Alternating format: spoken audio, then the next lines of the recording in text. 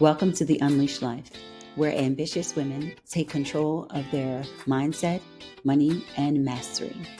I'm your host, Dr. Renée Baker. Let's get unleashed. Welcome back to the Unleashed Life. I'm your host, Dr. Renée Baker, and today I'm sitting with a powerhouse voice, Milicent Reed. She's a Fortune 25 corporate leader, an empowerment author, and the founder of Impact Greater Good, a nonprofit advancing education and community outreach nationwide. She's also published empowerment resources, spoken on some of the biggest stages, and leads with a focus on confidence, purpose, and impact. Milicent, I am honored to have you here today. Let's get into it. Yes, How are Dr. you? Baker, thank you so much. Thank you so much. I am just so excited to grace your platform and just so honored to be in your presence. So thank you so much for all that you're doing and appreciative to have me on as a guest. Well, I am glad that you were able to make it. I know how busy you are and how much impact you're making in the world. So let's just get into your questions. One of the things that I admire about you the most is you've led in Fortune 25 companies, you've founded a nonprofit, and you've authored empowerment resources. Multidimensional queen. What's motivated you to pursue such a multidimensional path? Motivation behind my path is that growing up, I wasn't always in environments in which representation was there or you had opportunity or access. So for me, one of the things that was important for me was to actually do the work to gain their credentials and to create a pathway for others to be able to have opportunities or to have the opportunities that I didn't have, right? And so a lot of my work is focused on that. The corporate America experience gave me the opportunity to really learn how to scale the work and the production. And then the community work is just the fulfillment and the joy that I get from that. And so when you mix both of those together, it definitely is purposeful, and that's the impact. Yes, I love that. Similarly, no one, people like us, we don't want to be put into one box, right? The Yes. lovely structure of corporate that gives you that nice structure and foundation, but that nonprofit work shows up in the work that you do in the purpose. And I can tell for you how much everything has been with aligned with impact, which is so closely aligned to your brand. But what I want to know is there ever been a moment for you where you feel like you've been pulled in so many directions, or do you feel that your vision is always clear? No, there's definitely moments. So when you have the opportunity to work in a corporate setting, you're working and you're learning under an institution, which is great because you get an opportunity to learn, you get an opportunity to work in different environments, to see some different players, to work through complex scenarios. And then it transitions when you get out there on your own and you take on that entrepreneurship spirit, and you have to have that clear vision, that clear strategy. It changes. What you start out with is not what you're going to end up with 2-3 months, but you have to be flexible. And you learn that in corporate America. So my experience has been one of which has given me the opportunity to learn in a startup environment. I did mid to medium size. I ran a nonprofit, worked in Fortune 25. So collectively, all of that experience has given me the opportunity to have a very clear vision when I took on this entrepreneurship journey.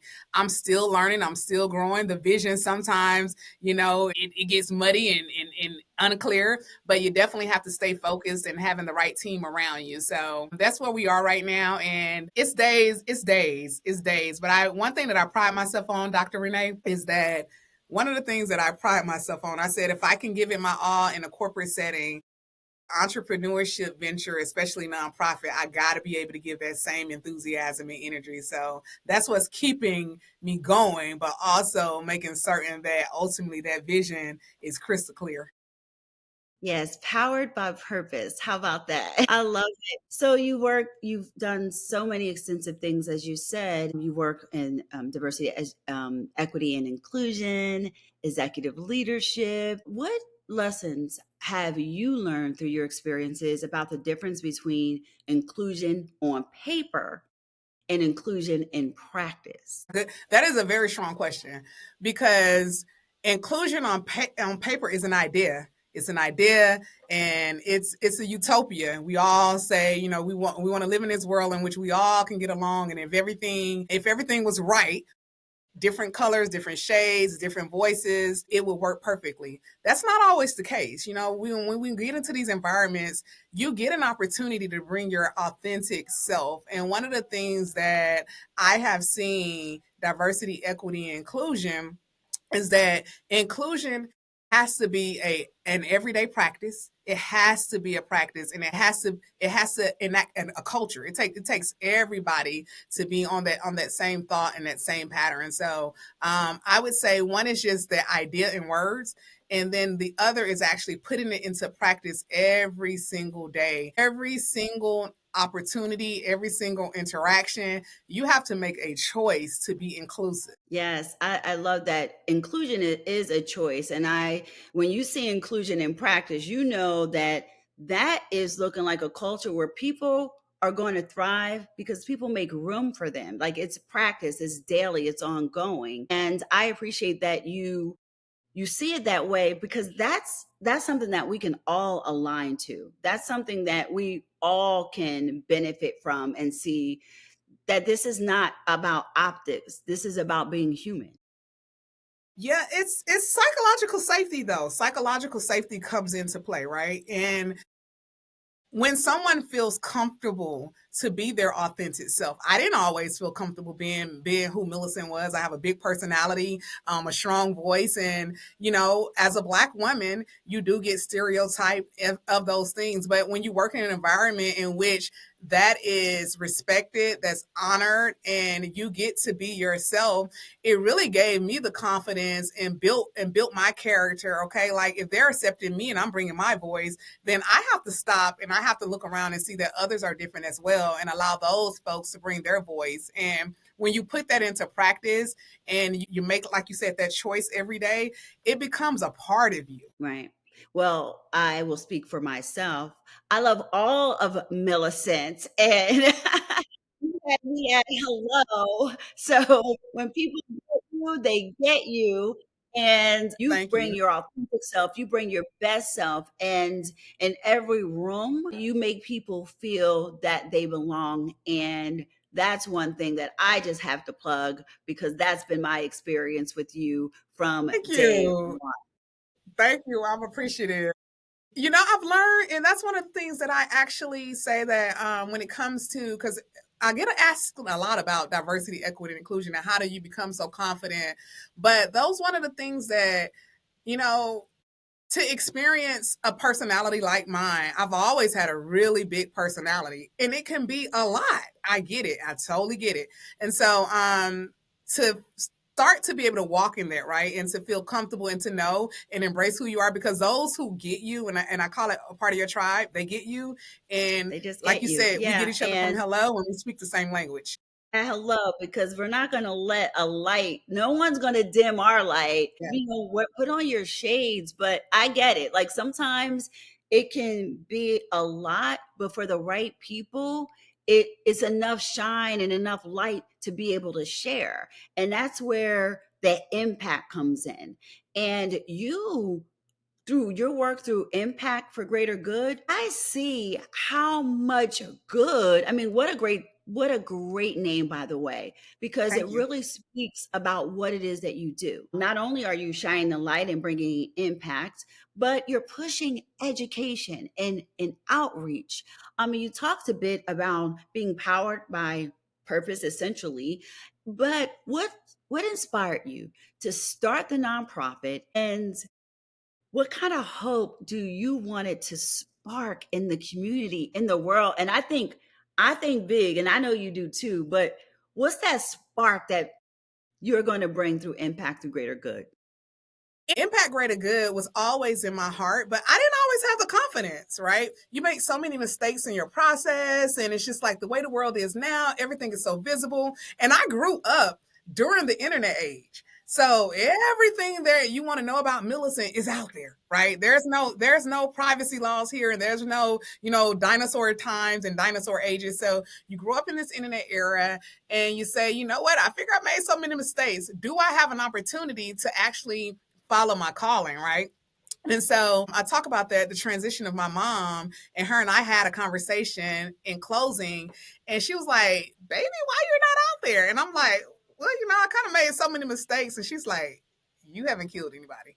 Go chase your purpose." And that coming from a 70-year-old and her just giving me like a cram course on life.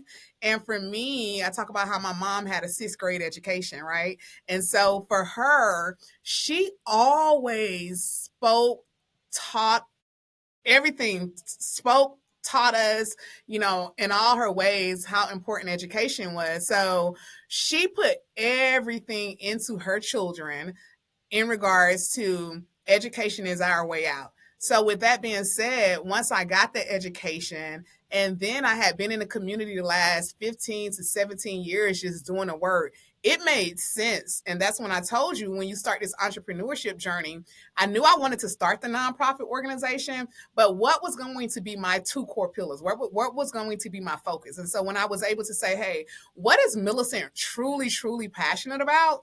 That was education, and that was the community outreach. And Right. then the positivity and a thought process behind, the little children's book line, Little Millie, and teaching kids the power of confidence, self-love, because children are introduced to so much material, so many mixed messages these days. And I just figure, what better way to impact the world, spread positivity? And when it comes to the children are the future, I truly do believe that. And a lot of them are not getting or don't have the resources or have the access. So when they see someone show up in their community, in their school that looks like them, I leave and I feel, and my team, we feel fulfilled, because we're like, okay, these kids get it. And you see the moments, Dr. Renee, you see the moments when these kids, and they're like, okay, you see their superpower.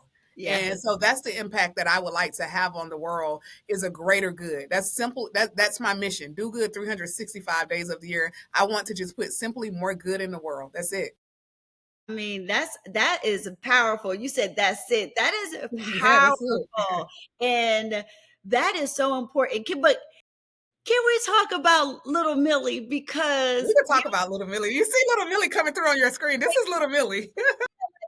Millie, and I just saw that spark come up, and the same spark that the kids see, the kids without resources, they may not have what you give, and then you show up, you light that spark, and you bring little Millie into the room. Let's talk about little Millie. Share Let's talk about about Little little Millie. Millie. Okay, so little Millie was so vivacious. She was gifted. She was a gifted child. I literally could do every single thing well as a child. And there were moments when I realized that. I realized, like, I could draw, I could paint. I was really good at sports. I did fashion, but I didn't have anybody to really nurture those skills. Like, my mom was like, "You're gonna go to college, you're gonna get a good job, and you're going to go to work," right? And so even with sports and things like that, a single mom, she didn't really have the opportunity to really support me and to really, put into Little Millie. One bright light, I did have a 5th grade teacher. A 5th grade teacher, Miss Gordon, she knows this. She knew I was gifted, and she enrolled me in gifted program.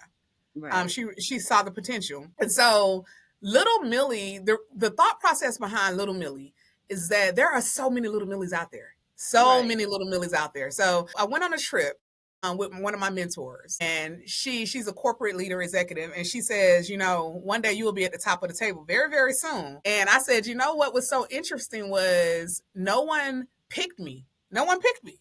I didn't come from it. I wasn't the, what society would deem the most beautiful, or, had all of the access to opportunities or the network.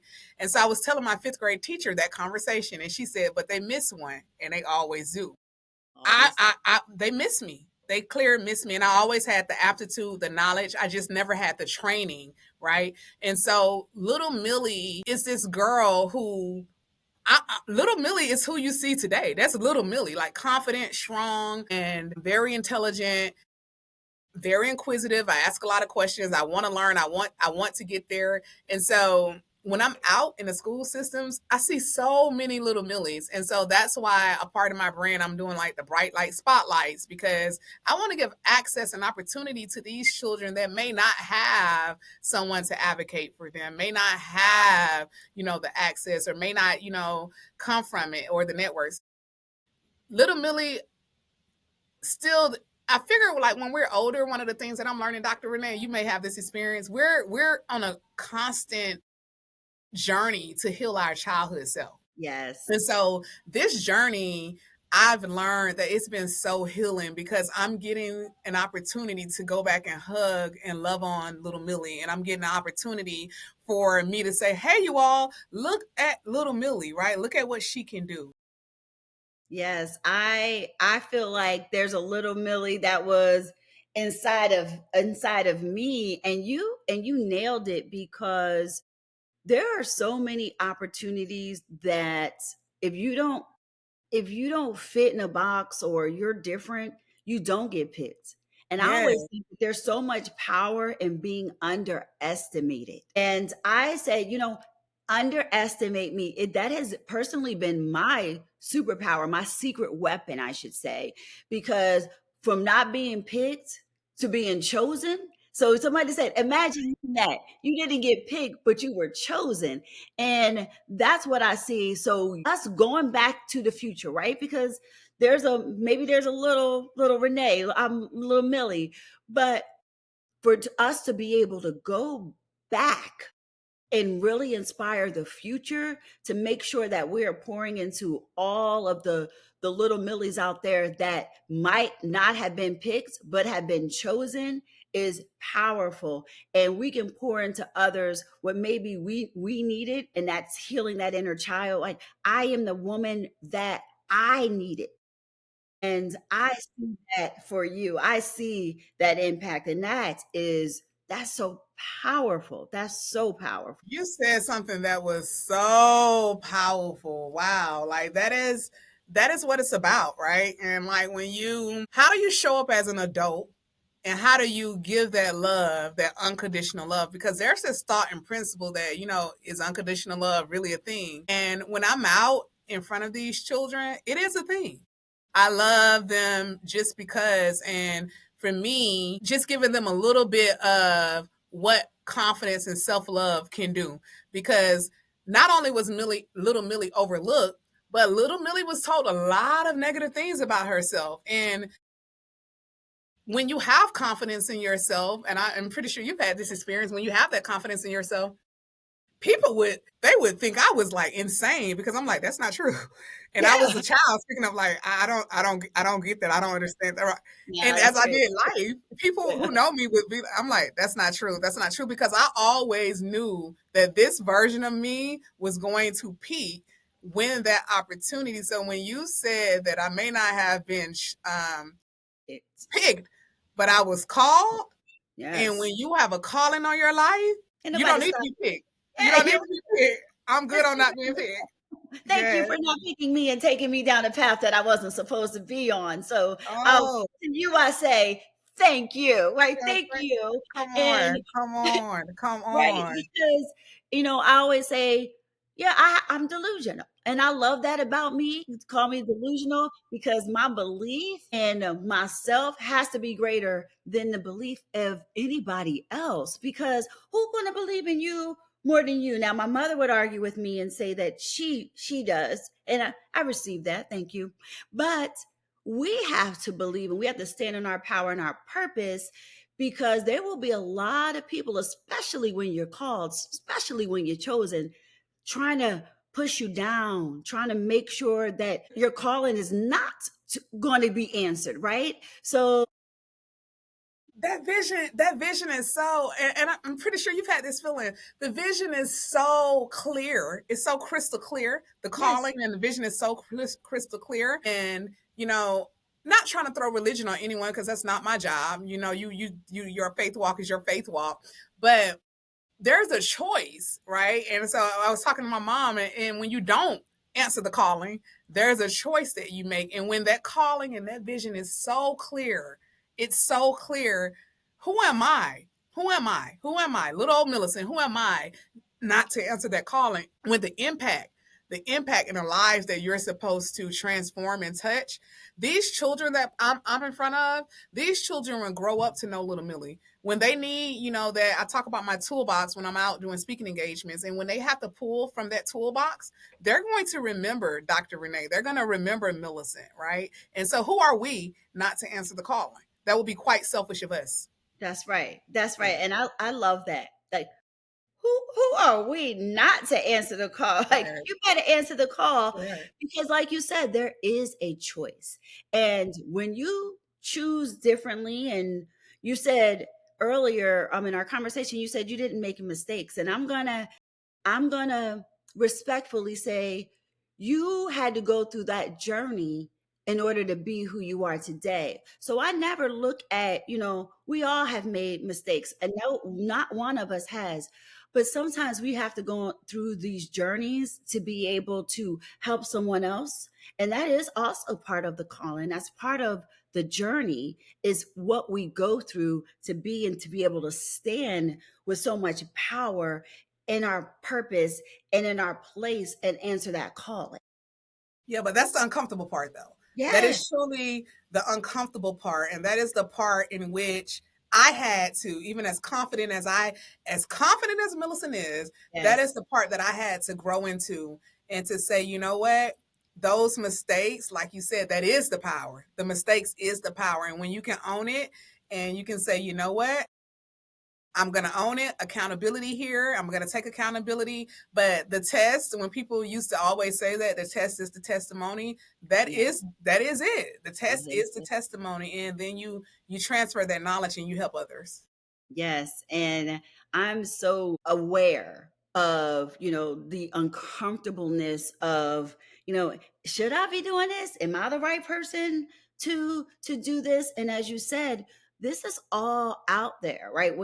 Everything is so visible. And but the people who see you and they know that you're doing good 365, and the people who see you rather will see you, and the people who seek to misunderstand will do that, because that's what they do. Your confidence is, I see your confidence as a secret weapon, right? And you wear it so well. And there are people who sometimes say, sometimes I know I would feel this way.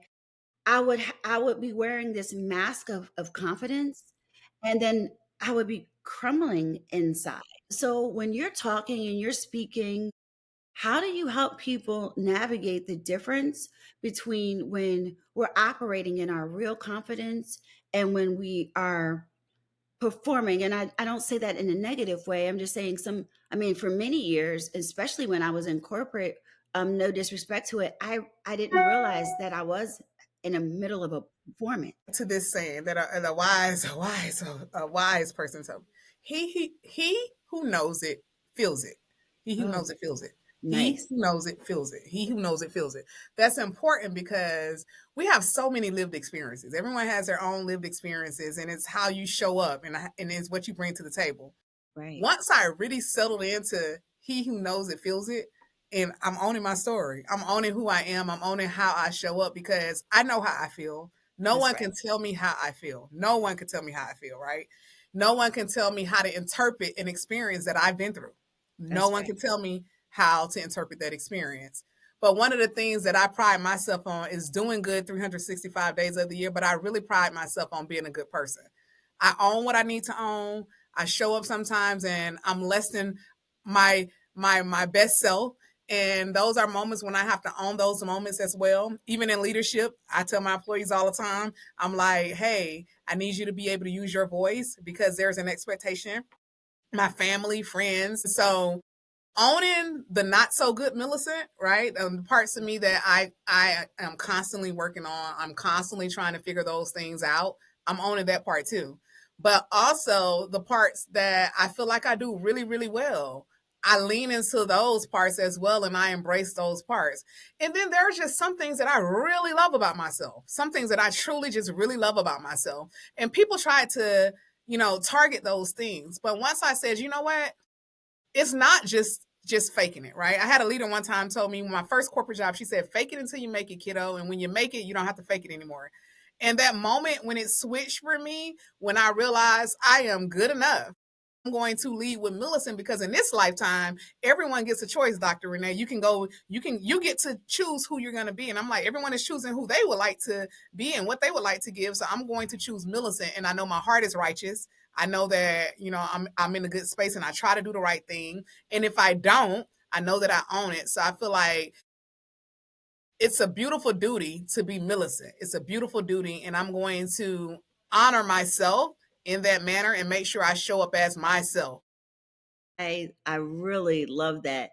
And the saying, say it again for me. You said it. He who owns it, He who who knows it knows it, owns it, feels it.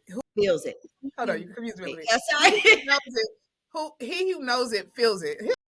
He who knows it feels it. It's a wise saying, but I love that. what the point of it is a proverbial saying, and what the point of it is that like if you feel it and it's your lived experience, no one can tell you, interpret that because you'll go through something or you'll notice or even showing up, right? Basic.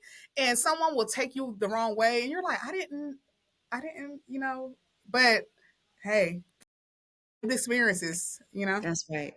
I really appreciate that, and we'll have to remember that because it does take a lot to stand in your power and your purpose. It does. It is very, very scary sometimes, right? To own it. And when you walk in your purpose and your power and you know your heart, you can continue to show up because that's how you sustain that confidence. And one of the things you said, your early corporate leader told you, fake it until you make it. And I have a saying now that say, I'll faith it until I make it. And Nice. That's a good one. now, especially leaving corporate after so many decades and being in this entrepreneurial space, which is you need to have a lot of faith. I had to have a lot of, it's like, gotta have faith. But I know that we have to continuously remind ourselves in those periods of self-doubt when people take us in spaces and places that we don't want to be. But I do really appreciate how you step into that confidence and that purpose. And there's a lot of resilience that comes with that as you share and own your story. Making So sure your heart posture, you can't control anyone else, but making sure your heart posture is proper and that you're showing up with and doing the heart center work. That's what I try to tell myself. And like you said something when you said when people you show up in spaces and the direction or the purpose and things like that, the confidence comes in knowing, okay, my heart center, my heart posture is proper. And as long as I'm showing up proper, I'm ready for battle. I know that's right. And, just speaking on, the hard work and all the wonderful things that you do, you are the president of the NAAAHR in In Tampa. triple HR, I used to be. I was the former president in You're Tampa. the former president. And you have opened doors for so many, whether you're doing that work, the hard work you do with impact for greater good, the work you're doing in corporate leadership. You've done a lot of the hard work and the real work. But sometimes access isn't enough. So, what advice do you have for moving beyond being in the room and shaping the room? Advice that I would give is to show up where you are in the space that you are. And so I was having a conversation um, just recently, very recent, and I go out in the world. So you have to remember, I am probably one of the few where there's others out there that's trained when it comes to business. So you have to remember MBA, Six Sigma Black Belt. You also have to remember 2 diversity certifications, as well as my collective experience. I'm not saying this to brag, but I'm just saying, like, when it comes to business and it comes to just out in the world and doing the work, smaller startup company, mid-size, Fortune 25, nonprofit. I've seen it all. I've That's seen it all. There's nothing that you can throw at me that I have not seen at every level. So I think the main point I'm trying to make when it comes to people, process, and technology, I was telling someone, people, it's people, it's people. people. Every place that I go to, I find myself managing, and I have to sometimes take a step back because I want to relax. I want to relax. I'm at the car rental place. I'm managing. I'm at the grocery store. I'm managing. Right. I'm parking my valet car. I'm managing. Right. And the biggest advice I can give, it's all training. It's all training. It's all training. Not so much about access, because I've had people now that tell me, Millicent, you had it all. You had all the opportunities. See, your story not like ours because you have everything. And I said, no, no, no, no, that's not true. I remember 14 working at the library. I remember working at Taco Bell. I remember working at McDonald's. I remember working at a collection agency. And in each of those environments, my leaders and managers can show up to these calls now and say, yeah, she was my closer in high school and drive through 2 a.m. in the morning. And I relied on her because I couldn't rely on other students to keep up their great grades and extracurricular activities and do the things they need to do. I'm saying that all to say that showing up in the space you are and doing the best job you can and learning while you're in that environment and in that moment prepares you for when you do get the opportunity and the access. So when you get the access and opportunity and that door opens, you show up just a little bit more prepared, right? That's right. Oftentimes what's happening now, we're not taking the jobs that we have in those moments seriously, right? And so when we do get the opportunity or the access, we don't even know we have the opportunity and the access, right? Because we haven't prepared ourselves. So my advice to anyone, to get here, you have to do the work. You have to do the work. I recently posted something. I said that no grunt work, no free access, no passes, no education, no network. I didn't have any of that. I just did the work at every single level.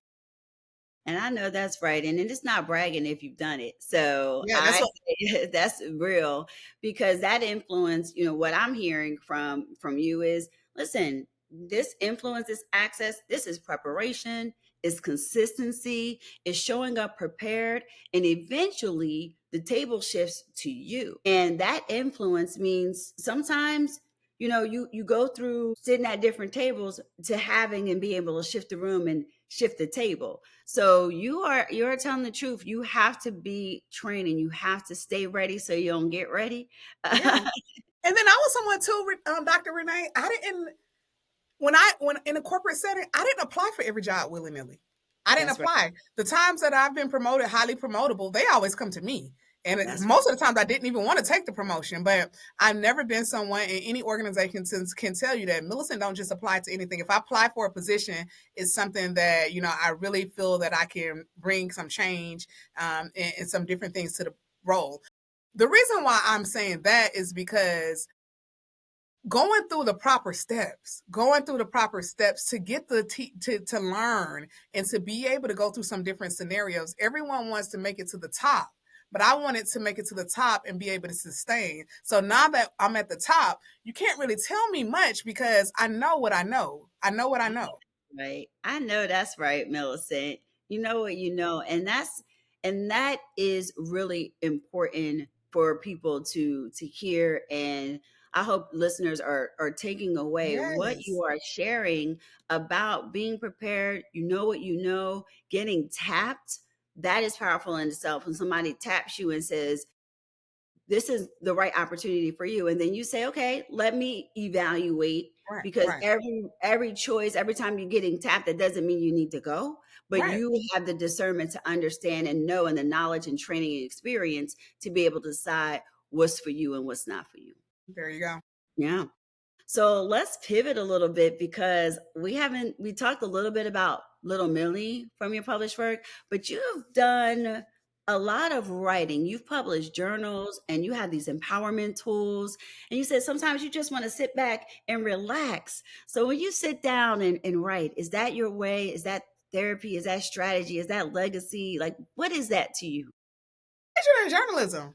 I majored in journalism. A lot of people don't know that. So I get told a lot. I should do radio my whole life. I should do Yes. radio, media. I should be a TV personality. I've heard all of that, right?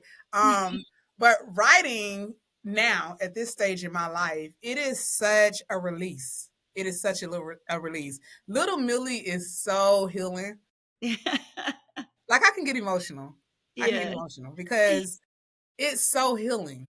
Being able to write I haven't finished my self-help book, ebook catalog, but I have ADHD. No, I would tell that story. Like my mind is all over the place, a million things coming at me.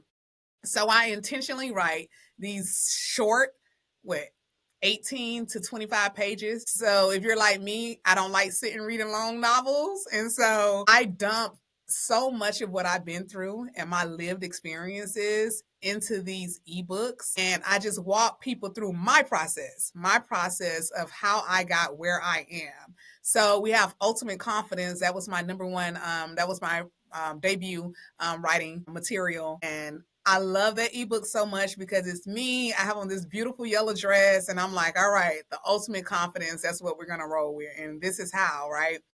And this is why I show up like the way I show up. And then I did self love, best love, because this journey of life takes you so many different places. But when you tap into self love, I know it that's right. hits a whole different way, meaning. And so that is by far my best ebook. And then I wanted to give people in the world just free. I had a free self-help journal. That's how I reset. I was 289 pounds. I lost the weight. I've been through abusive relationships. I've always overcome. But you do get moments where you get stuck. So I'm putting everything into these self help books and ebooks because I want people to feel the joy that I feel in life and to tap into what love means. And then the third one is radiate positivity. I That get up every day. I'm an early riser. So 4 a.m., some type of physical activity, eat your breakfast, your smoothie, your green juice, whatever it takes to get you going, right? And then, listen to some, music to get you, feeling good about your day and just, set the tone for your day. And then, you move into your day and you just have an amazing day. And every day, just waking up feeling so good about who you are and what value you're bringing to the world. So that's the self-help ebooks. And then little Millie books. Little Millie books are speaking to that childhood self, that childhood self. So many adults have told me how little Millie brings healing. Little Millie is healing because they never had the opportunity to speak life and positivity into themselves. So that's my journey on the self-help empowerment phase that I'm on. And I'm really so fulfilled writing this material. So I'm going to continue to follow that through. And my goal is 20 children's books, and I would like to complete the ebook series at some point. Next year, you'll really see us moving and shaking Impact Rated. So my goal is, I have to say this because I want to make certain the listeners understand. So my goal is to complete a My Little Millie show, which is an interactive children's book show in each of the 50 states. We're 6 down. So Impact Rated Good focus on 2 core pillars, like you heard during the session. So we have education and community outreach. I would love for you all listeners to be a part of the mission Do Good 365 days of the year. The feedback from volunteers has been tremendous. And as we've picked up steam, you hear people say, Milicent, I'm just happy to be in the number. I feel so good about serving. We're out there with the homeless population. And I'm not one of those leaders who sit back and just tell everybody else what to do. I'm right there with you all. I'm right there, boots on the ground. I'm serving. In fact, I'll tell you a cute little story. My team for the holidays, they was like, why can't we just hand the population or the people in need the bags and they don't even have to say anything? That's not what we're doing at Impact Rated Good. These are people, and I want communication. This is not a drive-through now. They just hand you your bag and you just roll right through. We're going to talk. We're going to interact. We're going to be community people. We're going to actually serve. So that's what you get when you come to an Impact Rated Good event. The My Little Millie shows, we also need help with that. These are beautiful shows at schools where we show up and we show up big. These kids love little Millie. So many adults and teachers, they say this show has brought healing for them in their childhood self. So if you're interested in volunteering, www.impactgreatergood.org. And that is a nationwide experience. So just put your information in and the director of volunteers will be in touch. You can find me on Instagram at Impact Greater Good, Facebook Impact Greater Good, LinkedIn.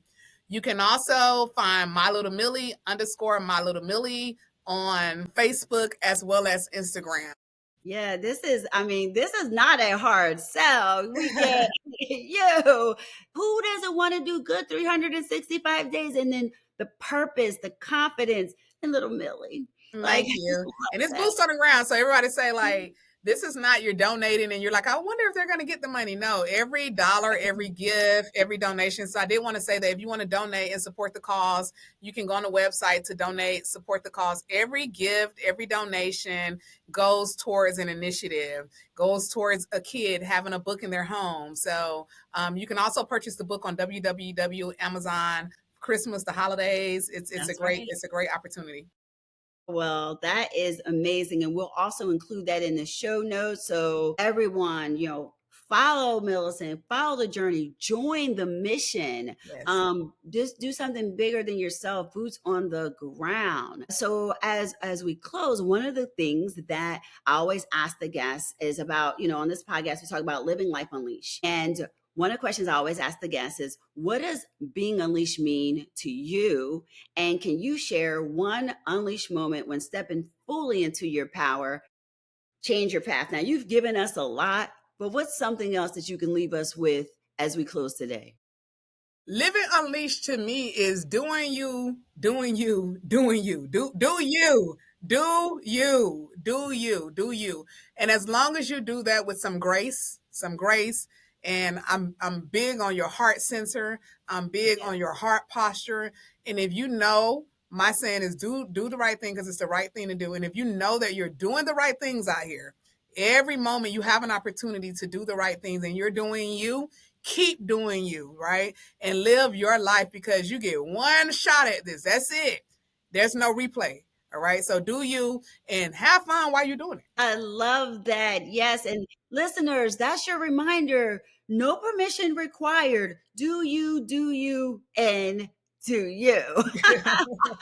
I love that. And I have just loved our conversation, Milicent. Thank you so much for sharing your story. I mean, whether you're in the boardroom, in the community, to all of the wonderful work you do, your work proves that confidence and purpose can change lives and lead with impact.